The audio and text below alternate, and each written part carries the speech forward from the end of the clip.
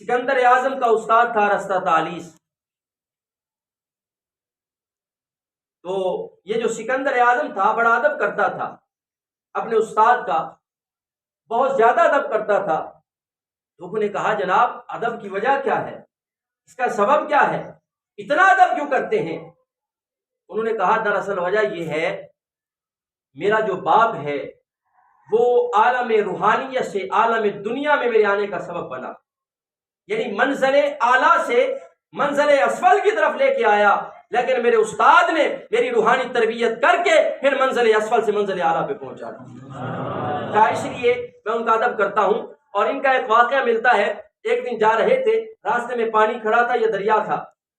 तो सिकंदर आजम ने कहा हुजूर पहले मैं जाऊंगा, ताकि अगर पानी गहरा हुआ तो मैं डूबूं, आप बच जाएं। अरस्ततालिस ये सिकंदर आजम के बाप का मुलाजिम भी था। सिकंदर आजम को अरस्ततालिस कहने लगा कि अगर पहले आप जाएं या मैं जाऊं, अगर गहरा हुआ पानी तो डूबना तो एक ने है, तुम्हारे डूबने और मेरे डूबने में फर्क क्या है? काबिल तवज्जो बात है। अगर पूरी महफिल की जो सुभान अल्लाह आपने अभी तक खा रखी है वो इस जुमले पे बोलेंगे तो मजा आएगा।